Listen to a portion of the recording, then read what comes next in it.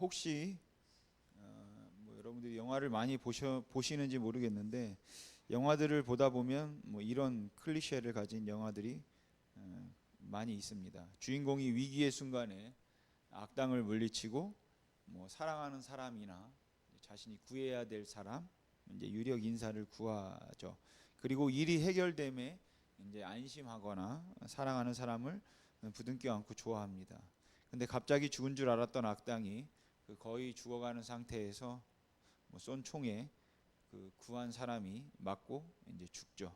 한순간의 방심으로 모든 게 물거품이 되는 겁니다. 보통 이게 영화 초반이면 복수로 영화가 전개되고 후반부면 다음 편이 나오게 됩니다. 이런 장면을 통해 얻게 되는 교훈이 있다면 또한 우리가 경험적으로 너무 잘 알기도 하는 것인데, 모든 수고와 노력을 허사로 만드는 것은 그야말로 한순간이고, 그런 순간들은 대체로 사람들이 방심할 때 온다는 것입니다. 다윗의 생애를 보아도 그런 것 같습니다. 다윗이 하나님의 부르심을 받고 왕이 되기까지 적어도 17년 동안 그 힘든 시절을 보냈습니다. 죽을 뻔한 고비도 여러 번 넘겼죠. 아마 다윗에게는 고난을 피해가고 싶은 마음이 있었을 것 같습니다. 그리고 사실 그에게는 그 고난을 피할 수 있는 길도 쉽게 피할 수 있었던 그 기회도 있었어요. 그를 죽이려고 따라다니던 사울 왕을 없애버릴 기회도 여러 번 있었고, 그를 추종하는 그 이스라엘 백성들을 선동해서 사울을 몰아낼 수 있을 만큼의 영향력도 다윗에게는 있었습니다. 하지만 다윗은 그런 인간적인 방법으로 하지 않았다라는 것이에요. 다윗은 하나님 앞에 정직하고 싶었고 모든 백성들에게 존경받고 싶었으며 자기의 그 장인이었던 사울의 피를 자기가 흘리게 할 수 없었습니다. 그렇게 다윗은 한 사람 한 사람의 그 생명을 소중히 여기고 하나님의 원하심을 따라 살기를 원했습니다. 그때까지 다윗은 약자의 편이었고 언제나 가난한 자들의 편이었고 또 친구의 편이었습니다. 하나님을 경외하는 정직한 왕, 그리고 백성의 생명을 소중히 여길 줄 아는 선하고 공평한 왕이었습니다. 그러나 그런 그의 명성과 그의 행복을 빼앗은 것은 그야말로 한순간이었습니다.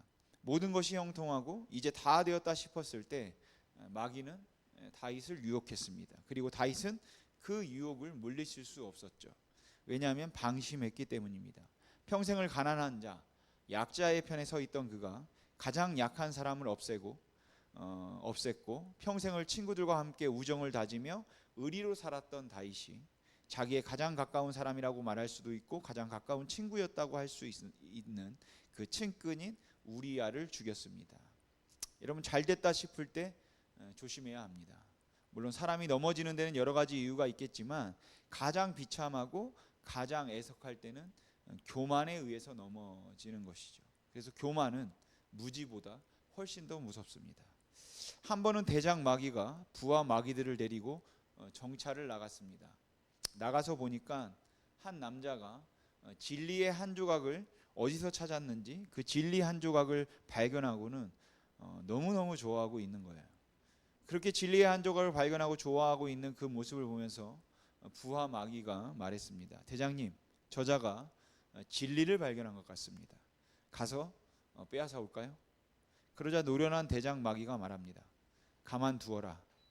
저자는 지금 찾은 저 진리 한 조각 때문에 구도자의 마음을 버릴 것이니 진리를 찾지 않는 것보다 더 낫다. 사람은 뭔가 안다고 생각할 때, 뭔가 이루었다고 생각할 때, 사람은 이제 되었다고 생각할 때 그때 넘어지는 법입니다. 여러분, 마귀는 넘어뜨리기 위해서 비웃음과 조롱도 하고 때로는 위협을 하기도 하고 때로는 고난을 주기도 하지만 그걸 끄떡없이 견디는 사람들이 있다면 그들을 위해서 사용할 수 있는 무기가 하나 더 있습니다. 이 무기는 어떻게 생각하면 마귀가 가장 자신 있게 사용할 수 있는 무기인데 바로 속임입니다. 마귀는 그 이름 자체가 속이는 자인 것처럼 마귀는 사람을 속임에 아주 능통하다라는 것이죠. 그래서 사람들이 자기 자신이 속는 것도 모르고 있을 만큼 마귀는 아주 기가 막히게 사람들을 속일 수 있습니다. 사람들은 절박한 상황에서도 속지만 너무 형통해도 잘 나가도 속습니다. 느헤미야서의 앞부분을 보면 영적인 싸움이 정말 치열하다는 그런 생각을 하게 됩니다. 그래서 그 싸움을 이기고 있는 느헤미야가 정말 대단해 보이죠. 그런데 그 느헤미야 못지않게 적들도 대단합니다. 이 적들인 산발락과 도비야도 정말 지칠 줄을 모릅니다. 지금까지 있었던 일들을 한번 정리해 보면 이스라엘 백성들이 성벽 쌓는 것을 대적하던 자들이 조롱하고 비웃었습니다. 그렇지만 그 비웃음은 실패했죠. 그러자 이번에는 쳐들어가서 다 부숴버리겠다고, 죽여버리겠다고 위협을 했습니다. 그 위협에도 느헤미야는 끄떡하지 않았습니다. 물론 힘들었죠.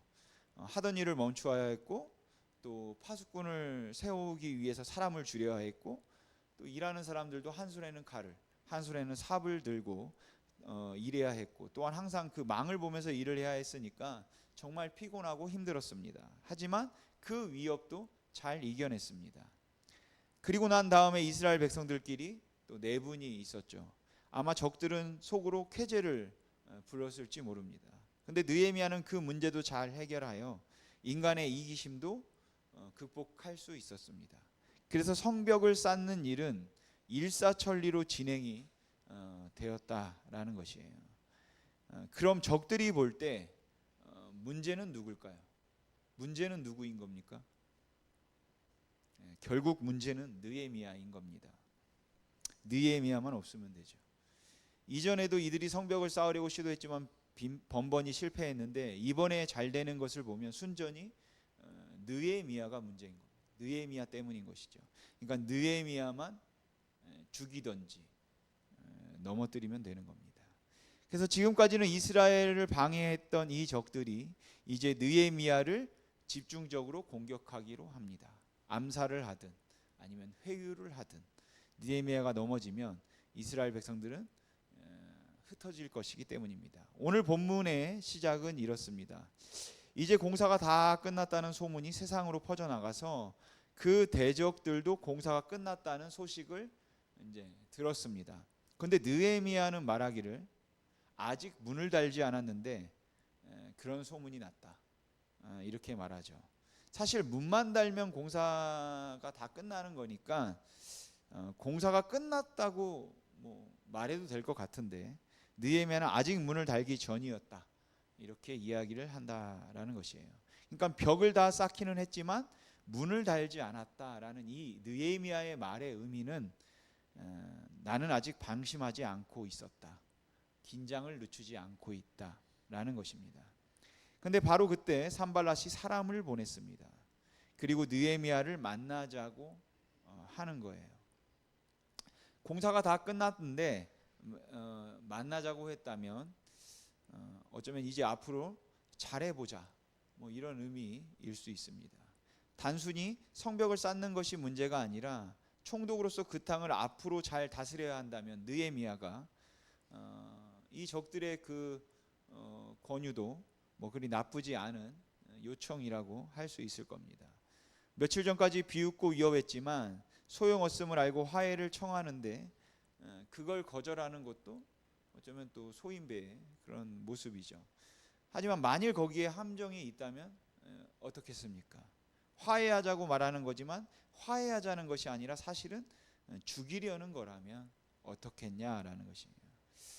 아마 느헤미야는 이 요청을 듣고 많이 고민했을 거라고 짐작됩니다. 저는 이런 제스처가 진심인지 아니면 속임수인지 알 수 있는 길이 없다고 생각합니다. 만나서 우리 다시 한번 이야기 좀 해보자, 우리 평화롭게 한번 해보자라고 말을 하면 이 말이 진짜인지 거짓말인지 속임수인지 알 길이 있겠습니까? 그 마음을 알 길이 없는 거잖아요.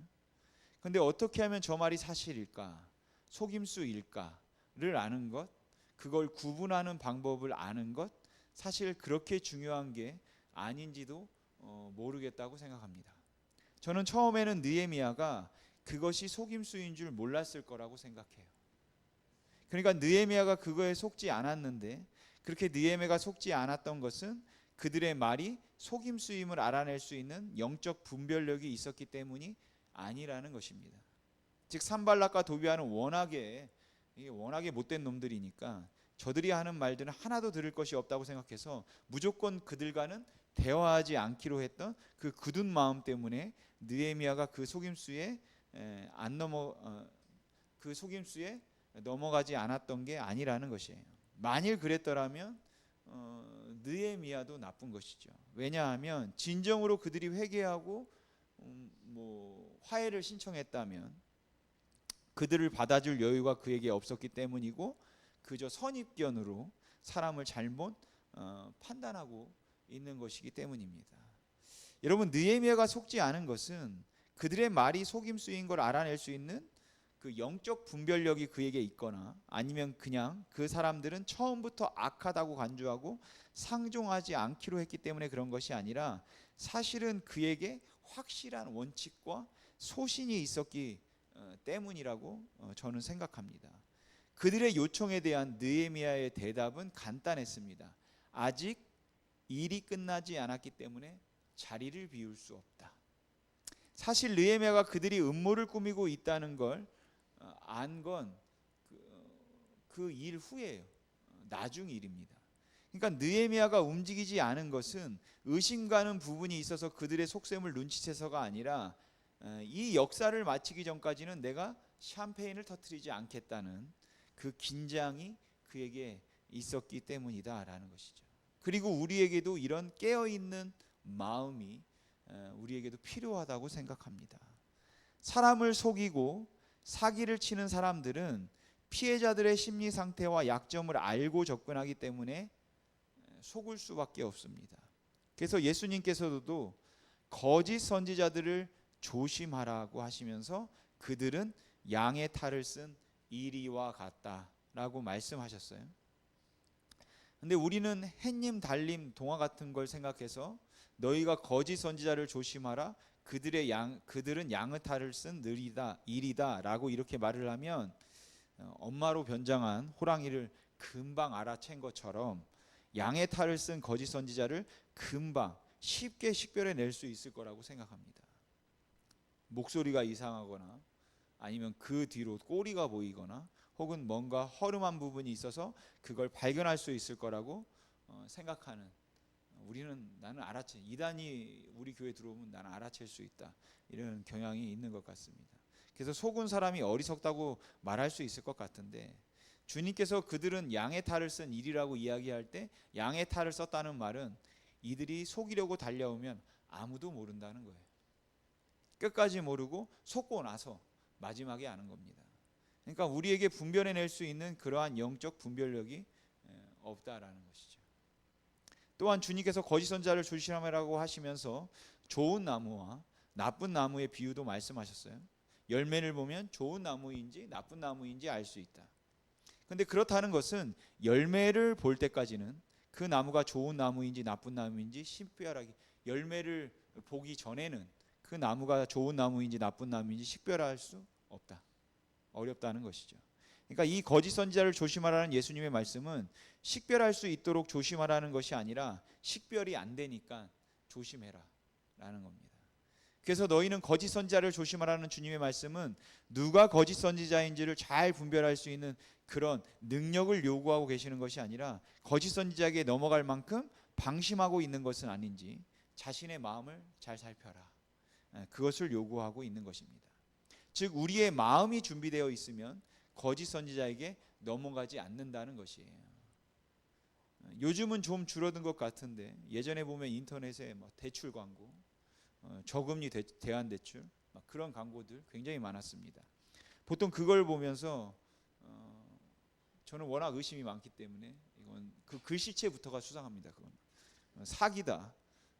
그래서 저는 잘 안 보는데 여러분도 안 보겠죠. 그러면 그걸 누가 볼까요? 그거 보고 전화 한 번 하는 사람 누굴까요? 지금 돈이 급해가지고 죽겠는 사람입니다. 그 사람들만 그걸 보고 속고 웬만해서는 그런 것에 속아 넘어가지 않습니다. 그런데 우리가 그런 것에 넘어갈 수 있는 건 우리의 마음이 약하기 때문에 이제 그런 것이죠. 요즘 한창 나오는 주식방, 코인방 왜 속겠습니까? 욕심이 있으면 속기 쉽고 결과만 추구하면 속기 쉽다는 겁니다. 예를 들면 이런 겁니다. 자동차 속조 위반을 잡는 방법은 뭐 여러 가지가 있죠. 고정식 카메라가 있고 또 길가에 설치되어 있는 이동식 카메라가 있습니다. 그리고 경찰이 숨어서 단속하는 그런 경우도 있죠. 그래서 사람들은 내비게이션 경고에 엄청 신경을 쓰고 다니죠. 그리고 보통 경찰들이 숨어 단속하는 경우도 전방에 단속 중이라는 편말을 세우니까 뭐 신경을 쓰고 보면 알 수 있습니다. 사실 자주 다니는 길은 단속 카메라가 어디 있는지 뭐 다 알죠. 그래서 과속을 하더라도 그 앞에서 속도를 줄이는 현명함이 있다면, 그리고 주의를 잘 살피는 그 냉철함이 있다면 단속을 피할 수 있습니다. 그러나 그건 100%는 아니죠. 혹 잠깐의 방심으로 찍힐 수 있습니다. 그러나 절대 안 잡히는 방법이 있습니다. 아무리 뛰어나게 숨어서 몰래 단속해도 안 걸리는 방법이 있습니다. 무엇이겠습니까? 과속하지 않으면 됩니다. 제한 속도를 지키면 단속 카메라가 있는가 없는가, 경찰이 있는가 없는가, 그건 중요하지 않습니다. 그러나 늘 과속을 해야 한다면 항상 과속 카메라를 신경 써야 하고, 항상 주변을 살펴서 숨어서 단속하는 경찰을 신경 써야 하는 것이죠. 그러다 방심하면 언젠가는 걸리는 겁니다. 그러니까 걸렸든 걸리지 않았던 결국 문제가 되는 것은 과속 카메라가 아니라, 경찰이 아니라 뭡니까? 나 자신인 것이죠. 산발락과 도비아는 함정을 파놓고 느헤미야를 기다렸지만 그들이 무슨 말을 하든지 느헤미야의 원칙, 공사가 끝나기 전에는 자리를 비울 수 없다는 그 원칙 때문에 그들은 느헤미야를 넘어뜨릴 수 없었다라는 것이에요. 그러니까 느헤미야는 지금 빨리 문 닫아야지 무슨 협상을 할 때냐, 이렇게 판단했던 겁니다. 그럼에도 산발락과 도비아는 끈질겼어요. 4번이나 편지를 보내서 협상을 요구합니다. 그러나 느헤미야의 대답은 항상 똑같았습니다. 공사가 끝나지 않아서 자리를 비울 수 없다. 그들이 또 진 겁니다. 하지만 이 산발락은 집요한 사람입니다. 그렇게 4번 편지를 보냈는데도 느헤미야가 꿈쩍도 하지 않으니까 5번째 편지를 보냈습니다. 근데 이 5번째 편지를 보낼 때는 편지를 봉하지 않았어요. 편지를 봉하지 않았다고 하는 것은 무슨 의미겠습니까? 누구라도 읽으라는 겁니다. 그러니까 슬쩍 읽고 어디에 소문이라도 내라는 그러한 의미가 포함되어 있는 것이에요.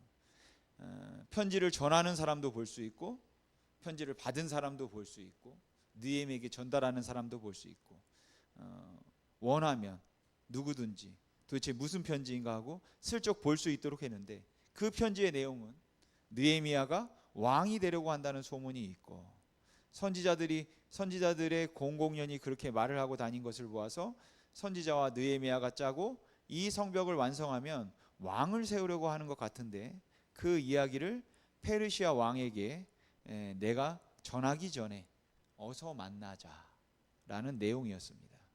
야비하고 교활하죠. 사람들의 마음속에 느헤미야가 왕이 되려고 한다는 그 여운을 은근히 남겨놓는 겁니다. 아마 이들이 이 5번째 편지를 보낸 데는 사실은 선지자와 느헤미야를 엮기 위해서였던 것 같아요. 그 일 후 며칠이 지났을 때였습니다. 느헤미야는 당시의 선지자였던 스마야가 두문불출하고 있는 것을 알았습니다. 집에서 안 나오는 거죠. 그래서 느헤미야는 도대체 이 스마야가 무슨 일이 있기에 그런 걸까 하고 스마야의 집을 찾아갔습니다. 가서 봤더니 이 스마야가 아주 두려운 얼굴을 하고 경직된 모습으로 느헤미야에게 이렇게 말하는 겁니다. 하나님께서 나에게 계시를 주셨는데 사람들이 당신을 죽이려고 할 것이니까 어서 피해야 한다. 그리고 피할 수 있는 제일 좋은 장소는 성소라고 하셨으니까 성소에 들어가면 됩니다. 그러니까 나와 빨리 어서 성소에 들어갑시다. 오늘 본문에 외소라고 되어 있는데 이제 그게 성소입니다. 하지만 사실 스마야는 계시를 받은 적이 없었습니다. 산발랏에게 돈을 받고 거짓 예언을 말했던 것이에요. 이것 또한 기가 막히게 교활하죠. 넘어가지 않을 수 없는 방법입니다. 여러분, 그 당시에 느헤미야가 스마야가 산발락에게 돈을 받고 이런 속임수를 쓰고 있는 줄을 어떻게 알겠습니까? 스마야 만났을 때 알 수 있을까요? 그냥 그에게 무슨 근심이 많은 것 같아서 안 나오나 하고 찾아간 거니까. 그리고 믿었던 친구 같은 선지자니까. 그런 스마야가 주님께서 사람들이 당신을 죽이겠다고 나에게 말씀해 주셨으니까 어서 피하십시오. 외소로 들어가면 살 거라고 했습니다. 라고 말하면 정말 그런 줄 알았을 겁니다. 그러면 빨리 그 말대로 성소로 들어가야 하는 것 아닌가요? 왜냐하면 그곳이 가장 안전한 장소라고 했으니까. 만일 여기서 느헤미야가 목숨을 보존하는데 전전긍긍했다면 그는 분명히 들어갔을 겁니다. 그러나 만일 그가 그 성소에 들어갔다면 유다 백성의 지도자로서의 그의 생명은 끝나는 겁니다. 왜냐하면 산발랏이 모함에서 퍼뜨린 대로 느헤미야는 정말 왕이 되려고 하고 제사장 밖에는 들어갈 수 없는 그곳을 함부로 들어가. 예전에 그 사울 왕이 했던 똑같은 짓을 한 사람이 되어버리기 때문입니다. 교만이 극에 달해 자신이 곧 신이 되려고 한다.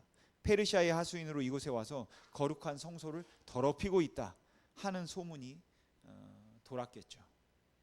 그냥 아차하는 순간 잘못 판단하면 그들이 파놓은 함정에 꼼짝없이 빠지게 되는 겁니다. 그런데 느헤미야는 이 위기도 넘겼습니다. 정말 대단한 사람이에요. 다시 말씀드리지만 느헤미야가 이 위기를 넘길 수 있었던 것은 그가 찾아가서 스마야의 그 눈빛을 보고서는 눈빛이 좀 이상한데 저가 나를 속이려 하는구나, 이것을 알았기 때문이 아닙니다. 그가 그 위험한 상황에서 위기를 모면할 수 있었던 것은 스미야의 그 말하는 목소리를 듣고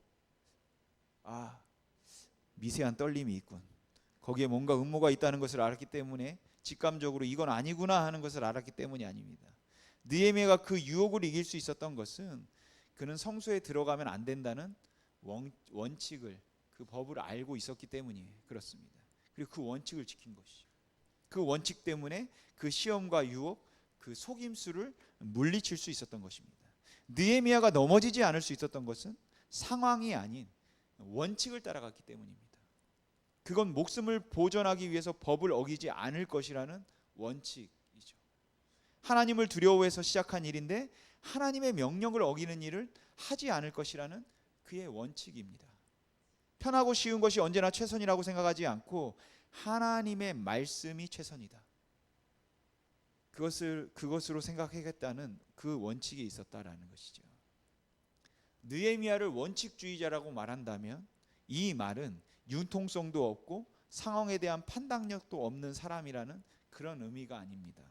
여기서 원칙주의자라고 한다면 상황을 절대화하지 않는 사람이라는 것이에요. 그 주어진 것이 있어서 아무 것이나 쉽게 타협하려고 하지 않는 그 모습이 이 느헤미야와 같은 원칙주의자들의 모습이라고 생각합니다. 그러면 속아 넘어가지 않을 겁니다. 존 파이퍼 목사님은 죄는 그 죄를 따르면 더 행복해질 것이라고 믿도록 설득함으로 힘을 받는다.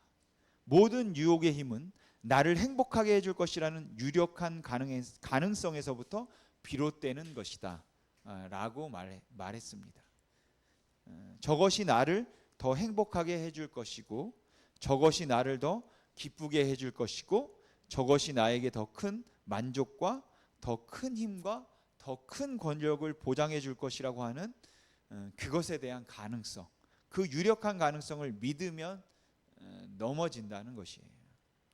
우리가 넘어지지 않는 방법이 있다면 그것은 우리가 바로 하나님 앞에서 정해진 것들, 그 정한 마음을 붙들고 살아가는 것이 가장 중요하다라는 것을 여러분이 기억하시기 바랍니다. 아담과 하와가 사탄에 속았던 것도 그들의 눈이 밝아져서 하나님처럼 될 것이라는 말에 현혹되어서 하나님의 말씀을 현혹된 것은 하나님의 말씀을 잊어버렸기 때문에 그렇게 된 것이에요. 그래서 인간의 행복은 하나님의 말씀 가운데 거하는 데 있다는, 하나님의 말씀 가운데 우리의 행복이 있다, 하나님의 말씀 가운데 거하는 것이 우리의 행복이다라는 그 믿음을 잃어버리고 산다면 행복과 평안을 가장한 수많은 속임수에 사람들은 넘어지지 않을 수 없다는 것입니다. 느헤미야는 뭐 눈치가 빠른 사람이 아니었습니다. 저는 느헤미야가 원칙이 있던 사람이었다라고 생각합니다. 우리가 살아가면서 얼마나 많은 유혹을 받게 되는지, 얼마나 많은 경우에 정말 그렇게 해야 살 것 같다는 생각이 들어서 그게 하나님이 기뻐하시지 않는 일인 줄 알면서도 그 진퇴양난의 위기에 처해 있을 때마다 우리가 가장 먼저 생각해야 되는 것이 하나님이 무엇을 원하시는가? 과연 하나님께서 기뻐하신 일은 무엇일까? 아니 하나님의 말씀은 무엇이라고 하는가? 이것을 생각해야 하는 것인데 우리는 자꾸만 상황을 따라가려고 한다라는 것이. 요셉의 경우를 한번 생각해 보시기 바랍니다. 요셉은 그의 주인이었던 보디발의 아내가 유혹하는 순간에 보디발의 아내의 유혹을 물리쳐도 그는 죽고 보디발의 아내를 범해도 그는 죽는 겁니다. 그런데 그 죽을 수밖에 없는 상황에서 그가 정말 치밀하게 계산했다면 그 유혹과 요청을 거절하는 것은 정말 이제는 그로 하여금 평생 힘들게 만들 수 있는 것이죠. 정말 이제는 정말 힘들게, 아니면 바로 죽을 수도 있는 것이고. 그러나 그 보디발의 아내가 말한 것처럼 한 번만 관계를 갖고 끝나면, 잘만 하면 모든 게 형통할 수도 있습니다. 걸리지만 않으면, 아무도 모르는 동안은 어차피 거절해도 죽는 거, 걸리지 않는 동안이라도 형통하게 살아보자 하면 편하게 살 수 있는 것이죠. 이렇게 그가 생각할 수도 있는 겁니다. 어떻게 해야 합니까? 이 죽을지도 모르는 상황에서 뭘 해야 할까요? 그때 요셉이 보디발의 아내에게 했던 말은 한마디밖에 없습니다. 나의 주인이 나에게 모든 것을 허락하였으나 당신을 허락하지 아니하였으니 내가 어찌 하나님께 죄를 지으리이까? 내가 어찌 하나님 앞에 번제하겠습니까? 이게 다입니다. 여러분, 요셉을 지킬 수 있었던 힘은 그가 가지고 있는 바로 이 믿음의 고백이었습니다. 오늘날 그리스도인들의 심각한 문제, 사탄에게 속아 넘어가고 있는 문제, 속고 난 다음에 가슴을 치는 그러한 일들은 거의 모든 경우에 우리로 하여금 그 하나님을 바라보게 하는 것이 아니라, 바라보는 것이 아니라 상황을 바라보도록 만드는 그 마귀의 유혹에 넘어갔기 때문이라고 생각합니다. 우리는 상황을 볼 것이 아니라 말씀을 붙들어야 합니다. 지금 우리는 하나님께서 나에게 주신, 하나님이 기뻐하시는, 하나님께서 하시는 말씀을 붙들어야 할 때라고 생각합니다. 그래서 속아 넘어가지 않으려면 속임수를 살피지 말고 나 자신의 마음을 여러분 살펴야 하는 것이에요. 여러분, 다른 사람들의 마음을 자꾸 읽으려고 하지 마십시오. 내 마음을 읽어야 합니다. 내가 누구를 위해서, 무엇을 위해서, 왜 내가 이렇게 살고 있는가 하는 그 내 마음을 읽으려고 해야지, 내 마음을 읽지 않고 자꾸 다른 사람의 마음을 읽으려고 하면 정신이 없고 복잡해지기만 할 뿐인 겁니다. 여러분의 중심이 과연 하나님 앞에 바로 서 있습니까? 그것이 문제입니다. 여러분들이 넘어갈 수 없는 그 선이 아직도 보이십니까? 하는 것이 문제라는 것이에요. 우리는 너무 많은 경우에 이 선을 지워버렸습니다. 선을 자꾸만 넘나들기 시작했다라는 것이죠. 그리고 그 다음부터는 우리가 지켜야 할, 우리가 넘지 말아야 할 선이 없어져 버렸다라는 것입니다. 그래서 그러고 난 다음에는 우리는 그냥 넘어지고 마는 겁니다. 마귀는 우리에게 한 번만 넘어오라고, 한 번만 넘어오라고 끊임없이 유혹하는 거예요.